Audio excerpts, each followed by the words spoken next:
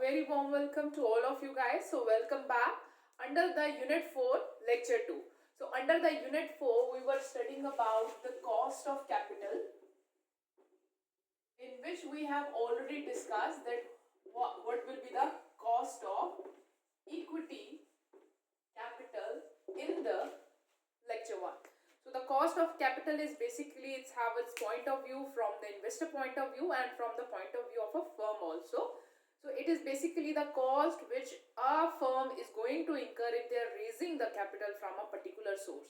So on the basis of it, we have already calculated the cost of equity capital, in which we have calculated the cost for the retained earnings also, because that is also a part of equity capital, and the cost if a company is going to raise a new equity shares. So now the next we are going to calculate under the lecture 2 that we are going to start with the today. In the today's lecture, as we have already completed with the calculation of cost of capital for the equity, now we are going to calculate the cost of capital for the preference shares, for the debentures, and the weighted average capital for the things. So let's start with, first of all, cost of preference shares. So these are the shares. I hope so that you guys are very much clear what is the difference between the equity shares and the preference shares. Preference shares are also a form of shares, but thus they have a preference over the equity shares. They have generally two type of preferences. One is preference at the time of payment of dividend, and one is the preference they get at the time of the payment back of the principal amount at the time of the winding up of the company. So preference share is issued by the company to raise the funds from the investors. Preference shares have two rights over the equity shares, but the preference at the time of payment of dividend from distributable profits, and second is the preference in the payment of capital at the time of liquidation of the company. So they will be getting their money back. First, if something will left, then it will go to the equity shares. So there are different type of preference shares. We also have, like, we have accumulated preference shares, non-accumulated preference shares, redeemable preference shares, non-redeemable are there, participative, non-participative, convertible, non-convertible. So these are the different type of preference shares that is there in a company. So now first of all we are going to calculate the cost of irredeemable preference shares. So first of all we are going to calculate the cost of preference shares which are irredeemable. So means till the lifetime of the company, till the company is working, the principal amount that has been raised by the company from these preference shares will never be given back by the company. So the shares which cannot be paid back till the liquidation of a company is known as an irredeemable. So means they will not be redeemed by the company. The amount that has been raised by the company from the investors on these preference shares will never be paid back. But the company will be paying the dividend. The shareholders can trade their shares in the secondary market, so it will be there, but the company will not be returning the money on it. So it will be, because these are the shares, and on that there will be no tax leverage will be there. So please try to remember there is a one particular point which is related with the shares, and you will see this point at the time of interest also. So then I would like to explain and discuss it with you guys. That is a tax point. Now what you guys have to keep in mind at the time of tax point, for example, if I prepare P&L account. So means if I am preparing a P&L account, here I will be getting the gross profit. Then here I will be writing all the expenses in the different form. And there will be one tax also here. Okay, so there will be one tax amount that will be coming over here. So this is how we are going to write the tax over here. So basically before I write the tax is going to be the last item, and if there is any interest is to be paid, the interest will be here, and here I will be having the net profit. So means the interest is deductible from the net profit and it give you a tax benefits. So tax is basically calculated on the net profit after interest. So means whenever you have to calculate the tax is calculated on this net profit on which the interest has already been deducted. So means if you are paying an interest, if you are having debentures, and on debentures you are paying interest, so means it's giving you a tax benefit, because from the net profit you are going to deduct the interest, it will be lowering your net profit, so the tax calculated will be low. But in the same P&L account, you will never be showing dividend over here, because we don't, dividend is basically a thing which is paid from the net profit that is left with us. So means after the net profit, after the payment of tax, whatever the net profit is left with us, so from this net profit, means on this net profit, the company has already paid a tax. Company has paid tax. So means from this net profit, now they have to give some part of this profit as a dividend to the equity or to the preference shares. So means company is making a payment, part of this net profit on which the company is paying a tax to somebody else, that is a shareholders. So shareholders further does not pay any kind of tax on the income from the dividend. Why? Because it has already been taxed in the hand of the company. So means if there is a dividend a company is paying, they don't have any kind of benefit on tax, because tax has already been paid. So by payment of dividend, their tax liability, company tax liability does not reduce. So they don't have any kind of a benefit over the tax when the company is paying a dividend. So when the dividend is there, so generally we don't have any kind of tax benefit over there. So please keep this thing in your mind. Whereas when we have to calculate the cost of capital for debentures or for the loan in which you have to pay the interest, the tax is also considered. But when you calculate the cost of capital for equity or for the preference, because in the case of equity and preference we are paying the dividend, so in those cases tax is not an important factor that is to be considered for the cost of capital, means for the calculation of their cost of capital. So let's start with it. So means if you, first of all, we have to calculate the cost of irredeemable preference shares. Irredeemable preference shares are those shares which cannot be paid back, which will not be paid back by the company till the liquidation of that company. So we are going to keep it as a P. If you don't want, we are just going to keep it as a P. If you want to put it as an irredeemable, you can also write IR with it. So it shows that it is a irredeemable. So it is KP without tax, obviously. So we are paying dividend on it. So there will be D divided by either the market price or the net proceeds. So this is the same formula that we have already used for the calculation of equity share, considering the dividend capitalization only, not the growth one, but just the dividend capitalization formula, in which we have also calculated the cost of equity share as a D divided by market price or the net proceeds of that shares. So here the KP represents the cost of preference shares, the D represents the dividend per share that we are going to provide to the preference shares. Market price, MP or CMP is basically the market price and NP is the net proceeds. So among these two, if any one of the thing is given, you can use it to calculate the cost of preference shares, or if both of them are given, so you can twice calculate the cost of preference share depending upon the information that is given to you guys in the sum.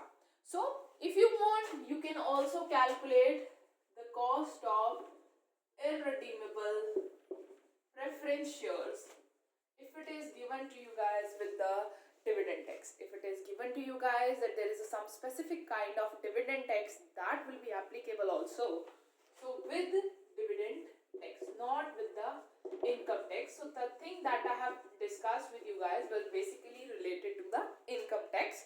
So in this case, the KP with taxation, so means if there is any taxation basically related to the dividend tax is given, so everything will be same. It will be D, either MP or NP. This will be same. So in this, just you minus 1 minus T. So that is basically the tax that you have to pay on a dividend. So this is in your book, it is also shown as a DT, that is a dividend tax, or the tax percentage that you have to pay. So this is basically the tax percentage, nothing else. Okay, so everything will be same, just the difference is that in spite of solely t over there, there will be 1 minus t or dividend tax, because this is not a t is basically for the income tax, but here we are using the tax that is a dividend tax, so it will be dt. So this is how you are going to put up the formula. If it is without tax, nothing is there. If there is a with tax, so just 1 minus t in the bracket will be there for the calculation of the cost of capital. So now let's start with the one illustration. Let's do one sum so that we can solve it out and we can be very clear with the particulars of that sum and the MP applying this formula. So let's start. So HSC Limited issued 12% preference shares. So we have 12% preference shares. Okay. So the name of the preference shares is 12%. So means 12% will be the dividend rate that will be paid on these preference shares. And the face value of these shares is 200 each. So we are given with the face value, that is rupees 200 each. Okay. So compute the cost of preference shares without the taxation.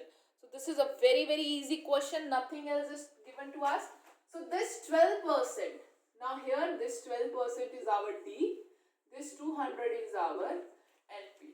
So these are the things which is given to us, and from this you can simply calculate the cost of preference share D divided by NP. Our D is 12%. So basically if I am earning 100 rupees, so if I am earning 100 rupees, on that I will be paying 12%. So that will be interest.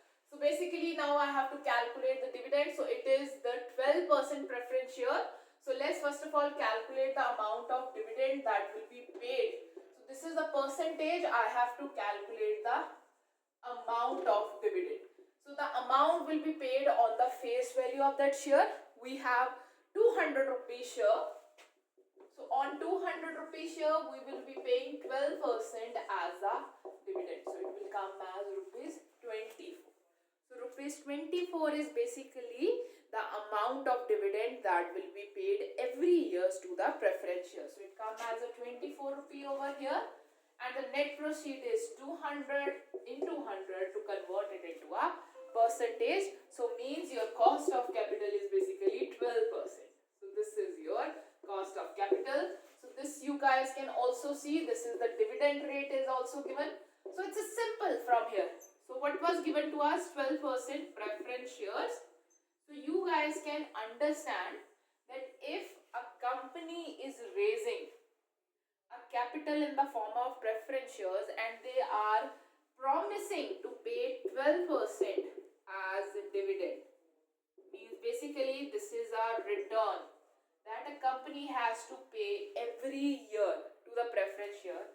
So basically this is the COC, cost of capital of a company, and even if you have calculated it, because it is a without tax, so that's why it will going to come as a same.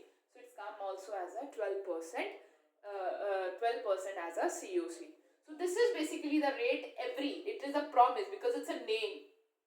12% preference share means the company is paying 12% interest dividend every year on these shares. So means this is the cost of capital, and even when you have calculated it in a proper way, so it still comes as a 12%.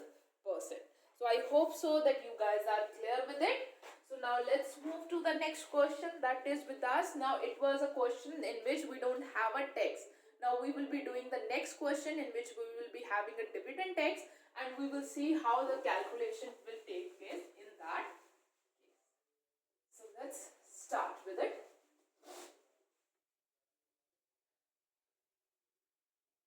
Now let's move to the next question. So with the dividend tax, a company is planning to issue 14% irredeemable preference shares. So now it is 14% preference shares. So means we are given with the rate of dividend, that is 14%. So in this case, this will be the cost of capital. If it will have been without dividend, then yes, the COC would have come 14%.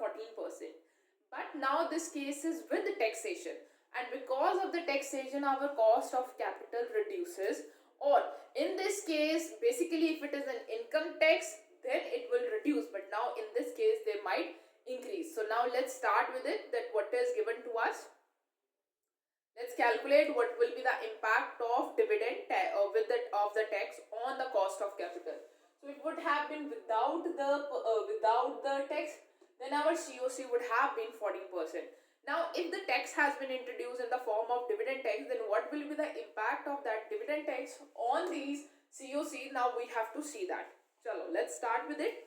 A company is planning to issue 14% redeemable preference shares with a face value of 250 per share. So means the net proceed is rupees 250. So first of all, we have to calculate the dividend, which is estimate flotation cost is 5%. So means we also have an estimated flotation cost, and flotation cost has to be reduced from the net proceed. So 5% is, I think, flotation cost, which is given to what? What is the cost of preference share with 10% dividend tax? So we are also given with a dividend tax of 10%. So this dividend tax is basically to be paid by company.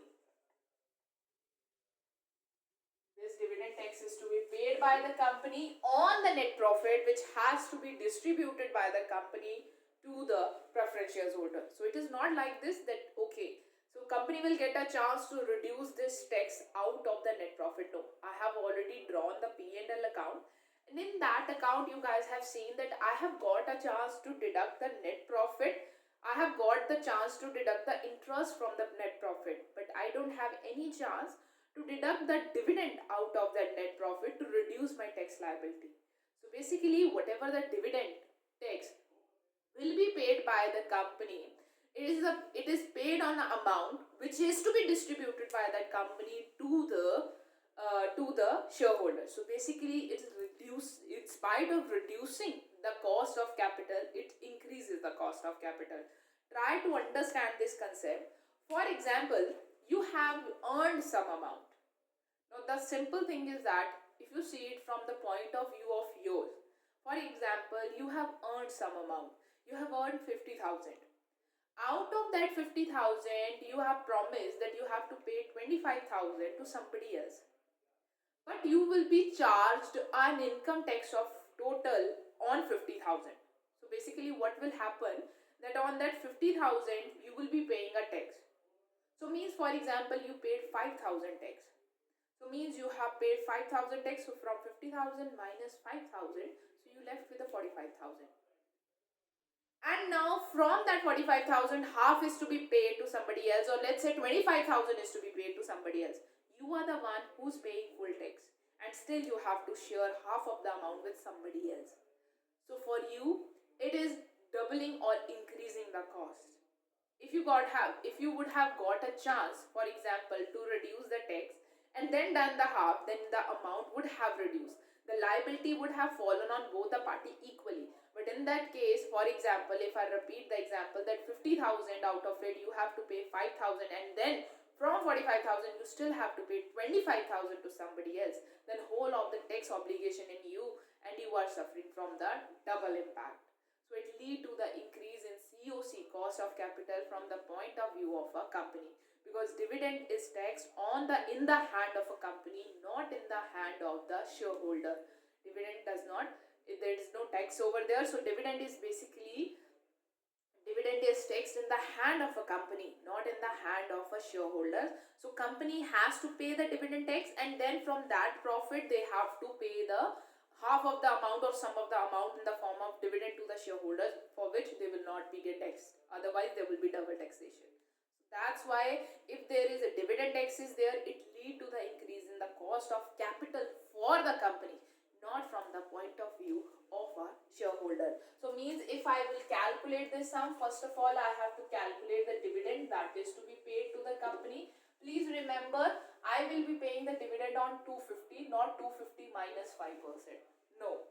No matter if a company, for me, if I have purchased the preference share for 250 rupees, no matter if a company has paid 10% flotation cost or 5% flotation cost, it's their loss. It's not a shareholder cost. It will not reduce the amount with the hand in the it will not reduce the face value of share with the shareholder. So basically, if I have to calculate the dividend, I will be calculating 250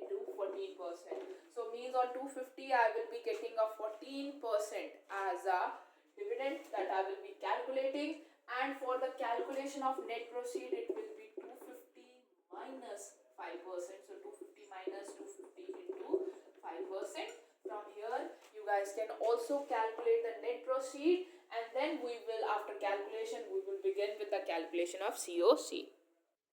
So means if you will calculate for the 250 into 14%, you will get 35. So 35 will come as our dividend that we will be paying every year to the preference shares at a 14% rate of interest, rate of dividend, and net proceed will come 250 minus 250 into 5%.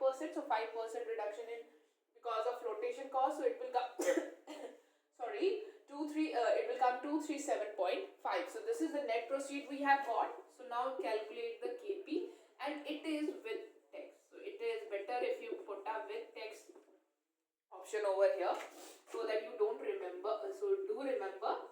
So this is net proceed. So in this I have to minus the dividend tax over here. So now let's start. I have a dividend amount that is 35 rupees. 1 minus dt. So what is my tax is? Tax that I have to pay is given to me is a 10% in this question. So it comes as 0.10, and the net proceeds that I have is 237.5. So what I have to do? So from here you can minus it out. So from 1 minus 0.10, it will come as a point. So what we have to do? So now let's calculate it totally. So from 1 minus 0.1, just a moment, 10, it will come as a 0.9. So 35 into 0.9 divided by 237.5. So means in the 0.9 you have to multiply, in 0.9 you have to multiply 35. So 35 it will come as 31.5 divided by 237.5. So it is divided by 237.5 into 100. It will be there. So it will be coming as 16.21%. So this is the percentage that has come over here. So after this calculation, so you guys can see that there will lead to the increase in the dividend cost because of the dividend taxation on the viewpoint or on the company. So I hope so that you guys are clear with it with the preference share. In the case of preference shareholders, you just have to keep in mind what is the basic formula that you guys are going to put. So it could be without taxation, it could be with taxation. The formulas are very much same. Just in without taxation, we don't have 1 minus t. With taxation, we just have 1 minus t. And this is how we calculate the things as per for the cost of preference shares. So this we were talking about the preference shares which were not redeemable, and now we have to calculate the cost of preference shares which are redeemable. So now we are going to calculate the next thing, cost of redeemable preference shares. So these are the shares which will be paid back over a period of time. They are not going to be with the company for a very large period. So means after 10 years, after 5 years, they will be paid back. So now let's calculate it. So what we do, shares that are issued for a specific maturity period or redeemable after a specific period are known as a redeemable preference shares. So means they will be paid back after 10 years or after 5 years. The explicit cost of redeemable preference share is a discount rate that equates the net proceeds of the sales of the preference shares with the present value of the future dividend and the principal repayment. So basically, in the calculation of cost of redeemable preference shares, we might consider the net present values also and PV values also, because we have to pay the dividends, and the dividends will vary over a period of time as the preference shares will be redeemed. So because of it, the calculation will be a little tedious, and now the formula that will be used for the calculation will be a little different one. So in this case, we have a little longer, or you guys can say a little difficult formula for the calculation of redeemable preference shares. So if you guys want, you can put a RP in spite of just putting a P. So represent it is a redeemable preference shares. So in this case, we have a formula like this: P plus bracket start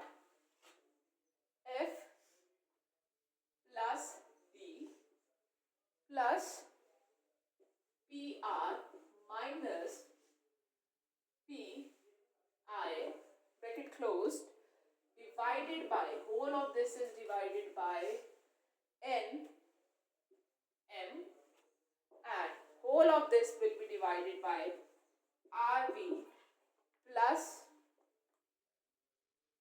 NP divided by 2.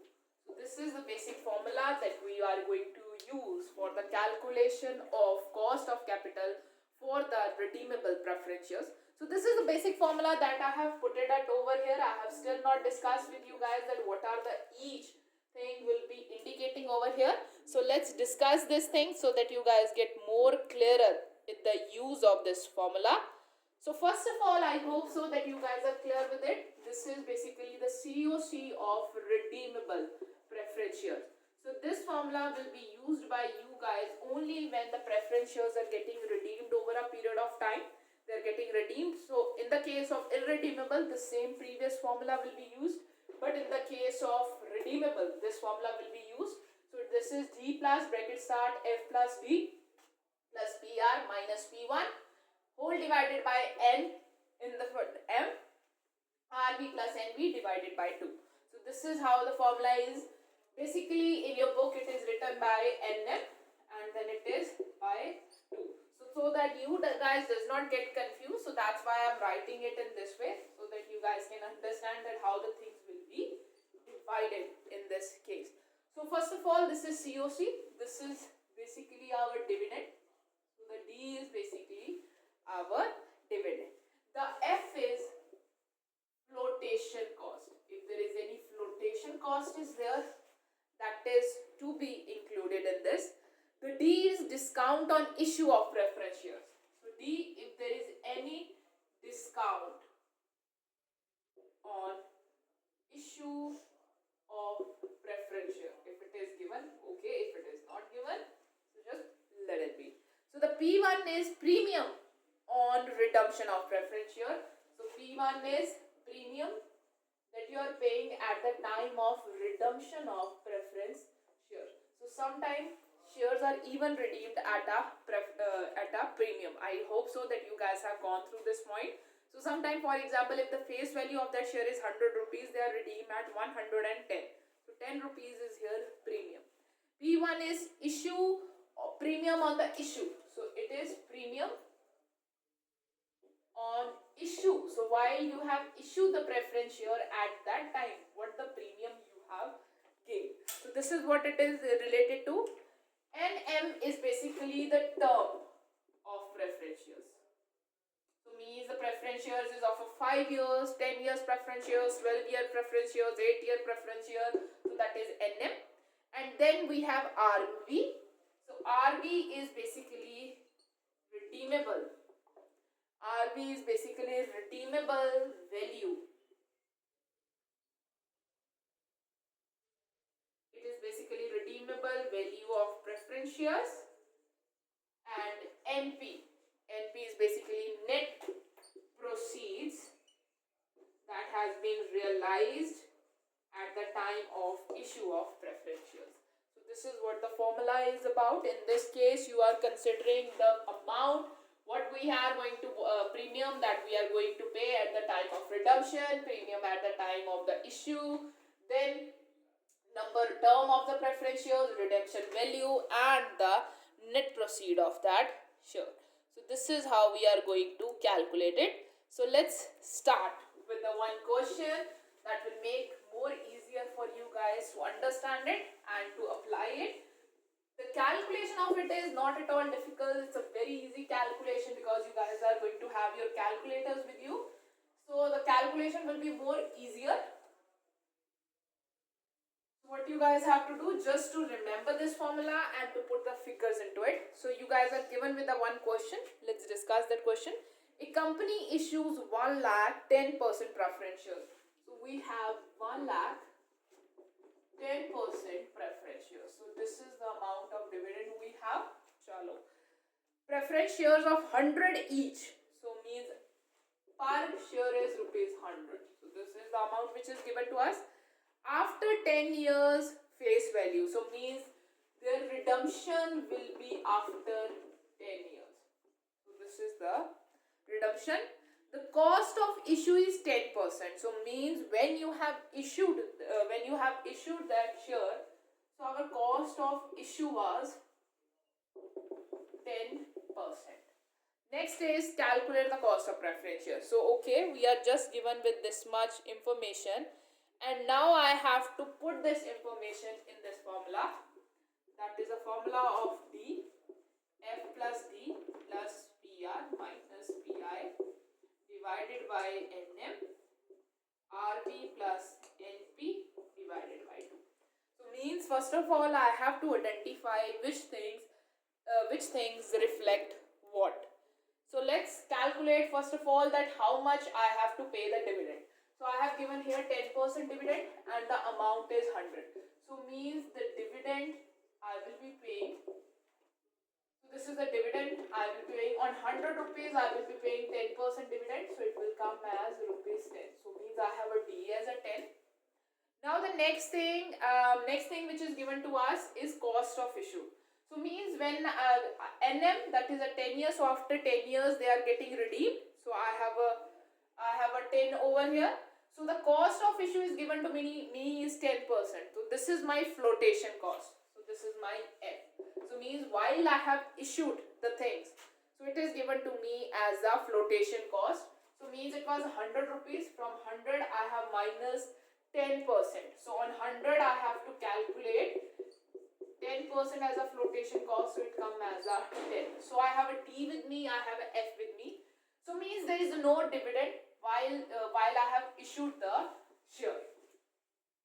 I have not provided any discount on it or anything on it. I just have a flotation cost. So D comes as a 10, F comes as a 10, D is 0.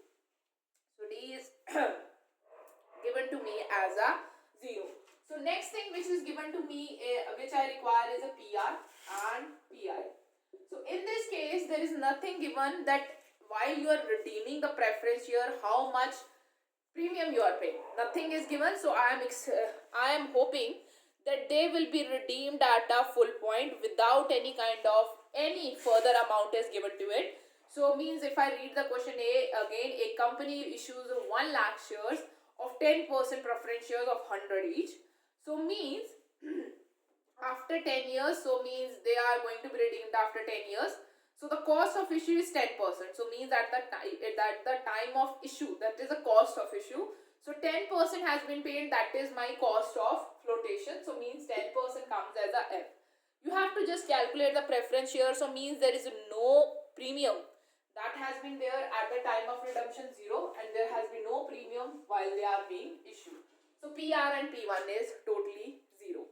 We are clear what is an NM is. That is a 10 year because they are going to be redeemed after a 10-year period. So it comes as a 10. So now the next thing we require is the redemption value of the preference share. So we require RV. So now in this case, obviously it is not given to us that whether they are going to be redeemed at a premium or they are going to be redeemed at a discount. Generally the shares are not redeemed at a discount, they are redeemed at a premium. So means they will be redeemed at a full value. The amount is 100 rupees. That's it. Means they will be giving 100 rupees back. So now the next thing we require is NP, that is a net proceed. So while you have issued the share, how much amount you have received? Basically I have issued of 100 rupees. No doubt in that. But I have to pay a flotation cost of issue was 10%. So for me. So means from that 100 I have to minus 10%. So it will come as a 90. So for me the net proceed is 90. So means I will be using this values and I will be putting up in this formula. So the dividend is given to me of 10. Flotation is of 10. Dividend is of 0. This is also 0. Premium at the time of redemption 0. Premium at the time of issue is 0. No premium is there. They will be redeemed after 10 years. Now we are given with the RV. So our issue was of 100. I am redeeming at 100, but when I have issued, that was of at 90 divided by 2. So this is how we have to calculate it at all. So you guys can calculate it. 10 divided by 10 into 10. and you guys can divide and get the amount. 100 plus 90, 190 divided by 2, and then you are calculating the last of this, and the amount will come as 11.59.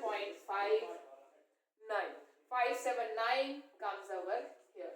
So this is the COC, that is the cost of capital in the kind of at the time of redemption. So here, so you are redeeming these capital and redeeming these preference shares after a 10 years period. So means their COC comes as a 11.579, because at the time we have also issued them at 10%, at a 10% cost of issue was there. So we were expecting to get 100 rupees, but we get 90. But when we are paying back, we are paying back total 100. So it lead to the increase in cost of capital. Otherwise it would have been 10%. No issue in that. If there has been no flotation, I'm picking up at 100, I'm redeeming at 100, no cost of issue was there. So might by this COC would have cut 10%. But because you guys can see I am raising 90 rupees but paying back 100, it lead to increase my cost of capital. So I hope so that you guys are clear with the COC, cost of preference shares. So now we are done with our cost of preference shares. Now we will be moving with our next cost of capital, that is our cost of debenture. So now we have just left with our calculation of cost of debentures, that is a borrowed capital. Now we will be calculating the cost of debentures, debt or a public loan, means if you have a public deposit or even if you have taken a loan from the bank. So this is the same formula which we will be using for the calculation of the cost of debentures or the debt or the public deposit or the loans. So company may raise the debt capital through the issue of debentures or the loan from the financial institution or deposit from public. All these resources involve a specific rate of interest. The interest paid on these sources of fund is a charge on the profit and loss company. So bus here you guys just have to remember this case, that in case of debt capital or loan capital or public debentures are there. So whenever there is a borrowed capital, there is a relation of interest to it. So we will be paying interest on it, and when we see the interest is put it up in the P&L account, which reduces our tax liability. So means tax is very important part while you are calculating the COC. So tax here will reduce our tax liability. Tax here will help us to reduce our cost of capital in spite of increasing the cost of capital. Why? Because it's a beneficial for us. Because interest is a charge against profit. Remember, interest is charge against profit. What do you mean by charge against profit? You reduces the interest from your earnings and from your profit, and from that reduced profit you calculate tax on it. So that's why it reduces. It is a charge against the assets, a charge against the earnings or the profits. So it helps us to reduce the earnings, leading to reduction in your tax liability. So that's why the taxation is a very important part when you come to the calculation of a cost of debentures or the loan or the public debt. So first of all, we are going to calculate the cost of irredeemable debentures, which is basically not applicable in India, as we have already discussed that in India issuing of irredeemable debentures is not allowed. So in India, and no company is allowed to issue debentures till the liquidation. So they can only issue redeemable debentures. So now let's discuss it. First of all, we are going to calculate the cost of irredeemable debentures. Cost of irredeemable debentures, DEBT.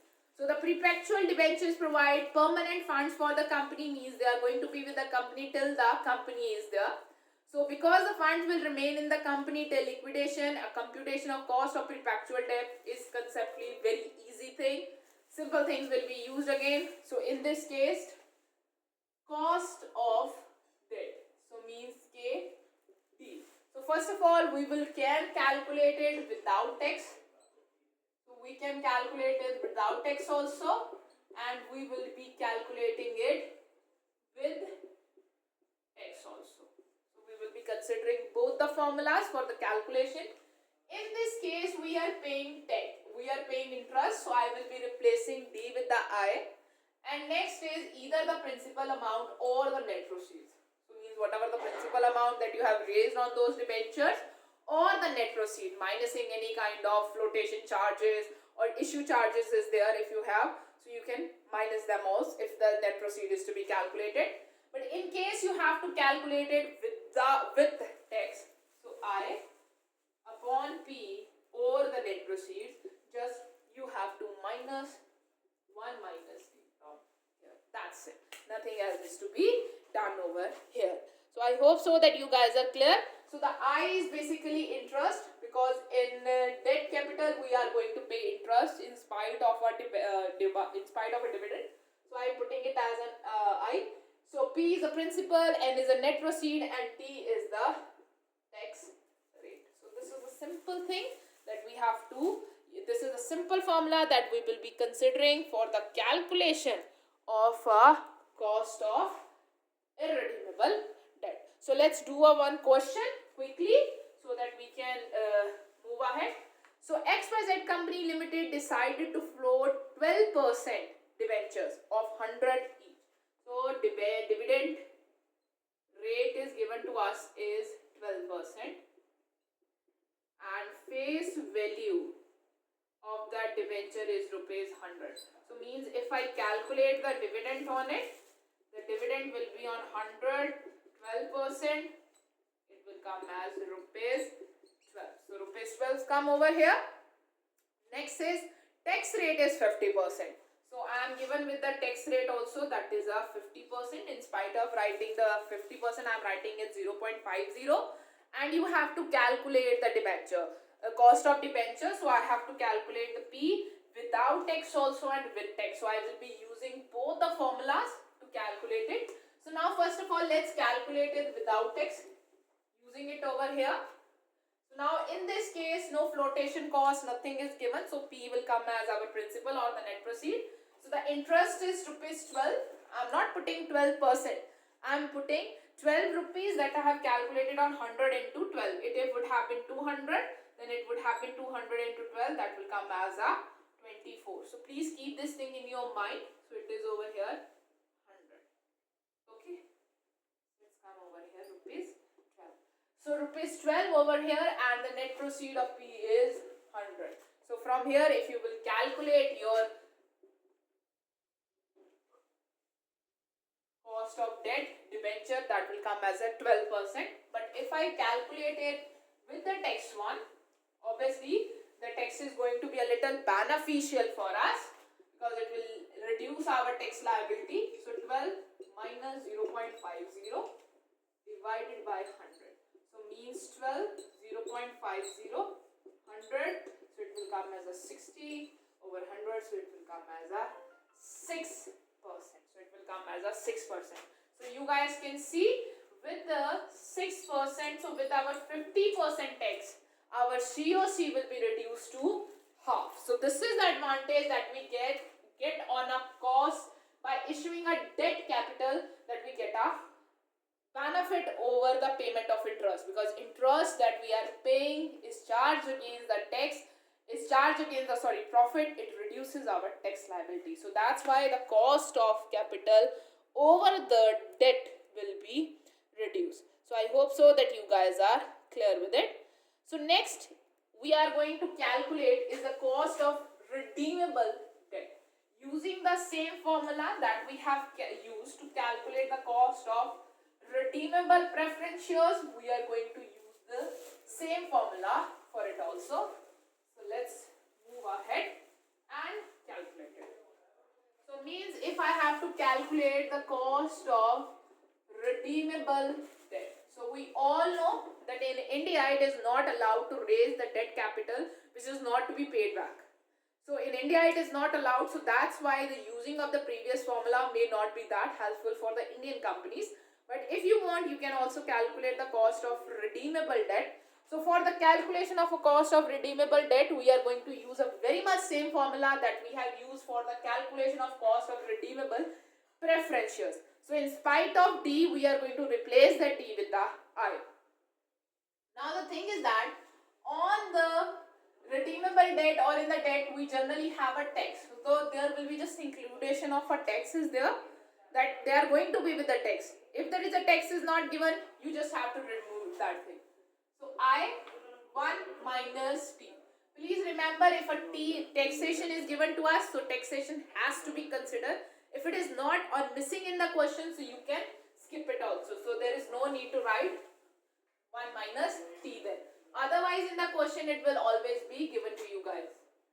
Sorry, we are going to consider it for the debt. So I am considering with the I minus T plus. So we know first of all there will be flotation. If there is any discount is there at the time of issue, plus premium at the time of redemption, minus premium at the time of issue. So when you have issued at that time, if you have paid any kind of premium, this is to be divided by the number of years things have been issued and divided by redemption value plus net proceed divided by 2. So using the same formula, just replacing the D word with the I, that is our interest, and we will be calculating the things with it. So I hope so that you guys are clear with it. So now let's do one question. Okay, I will be using the same formula. So let's do one question. I will be writing down the things with it. So a BE company issues 100 rupees par value of the debentures carrying 15% interest rate. So I am given with the interest rate. I am given with the interest rate of 15%. Face value of that debenture is rupees 100. So means the interest that I will be giving is on 115%. It will be rupees 15. So I is equal to 15. So in this case, I come in the form of 15%. Chalo. Next thing is debentures are redeemable after 7 years. So means NM is given to me as 15 years. Next thing is the cost of issue is 3% and the tax rate is 45%. So means at the time when I have issued, so that come as a flotation, that is an F. So at that time there is a 3% was the flotation cost. So means on 100 I have to calculate 3%. So it comes as rupees 3. So the rupees 3 come as an F, and this is the figures that is given to me. So means at the time if I have to calculate RV, so means I will be redeeming at a full amount, but when I have issued, how much amount I would have got? 100 minus 3, so 97 rupees I might have got.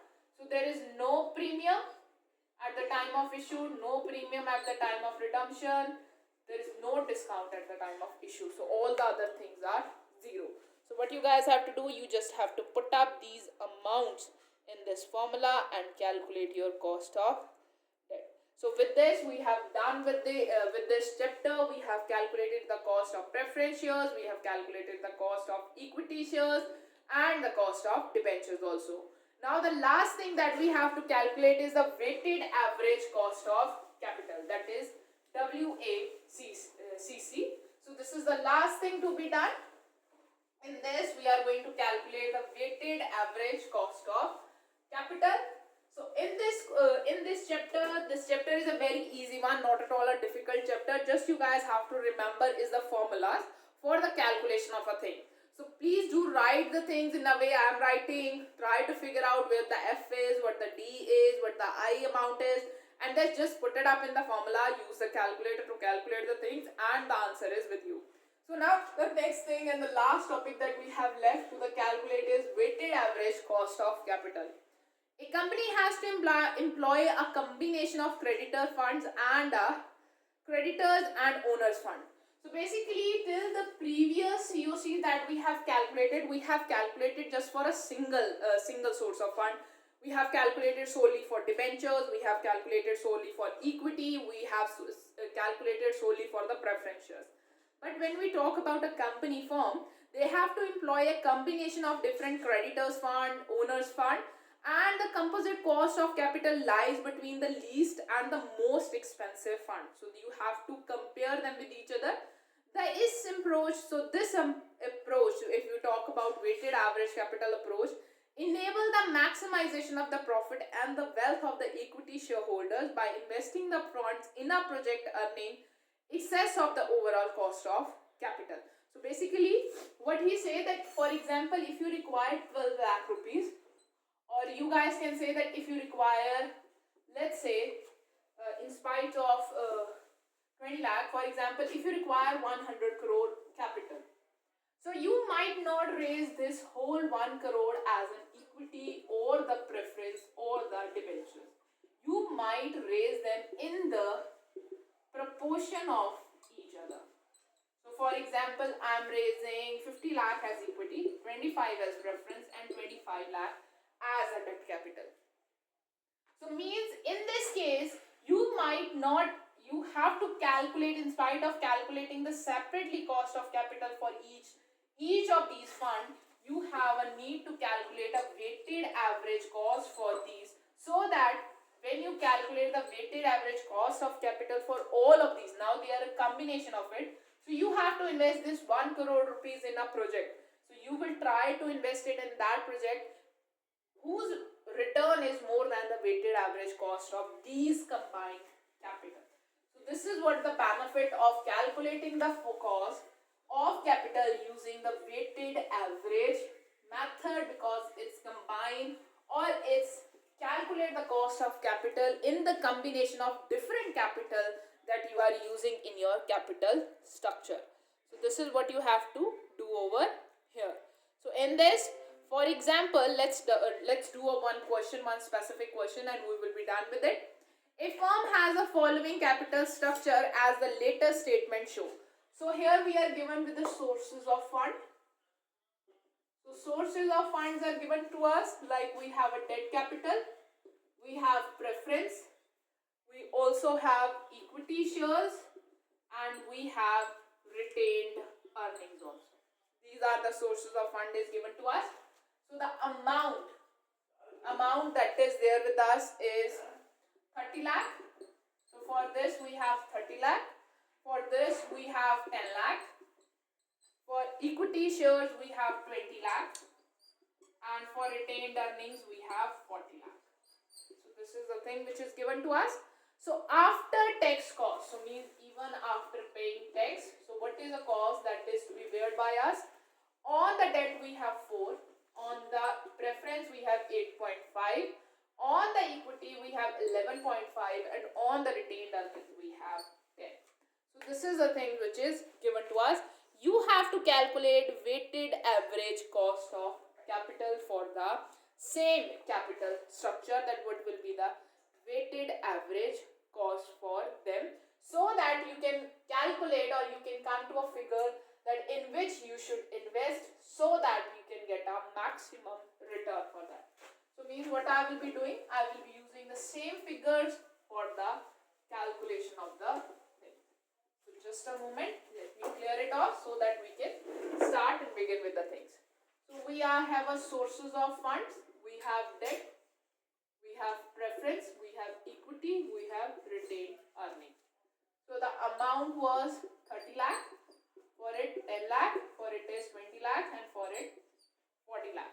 So this is what is given to us. So now let's first of all give them weights, because it's a weighted capital. So what you guys have to do, you have to do the total of it.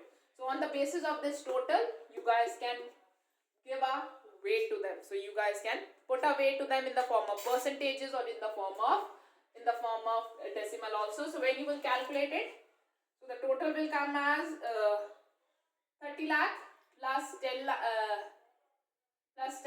4 lakh, 40 lakh. So in 40 lakh you will be adding 20 more, so 60, so 40. So we have a 1 crore means of capital. So in the 1 crore you have to calculate the percentage of it.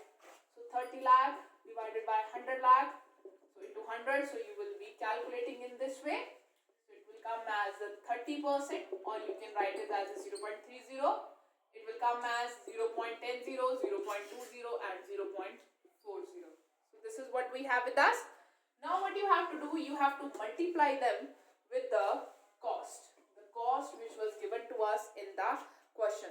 So with the same cost, you have to multiply with them so that you can calculate the average cost. So that you guys can calculate the average cost and it will come as a weighted cost, and this is how we are going to do the sum. So in this case, you are going to calculate the cost for all the capital together. In spite of calculating the cost of capital for one specific capital source, we are going to calculate for all of them in a combined way.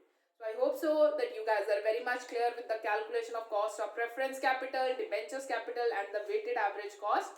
So thank you so much guys for your time. Have a nice day ahead.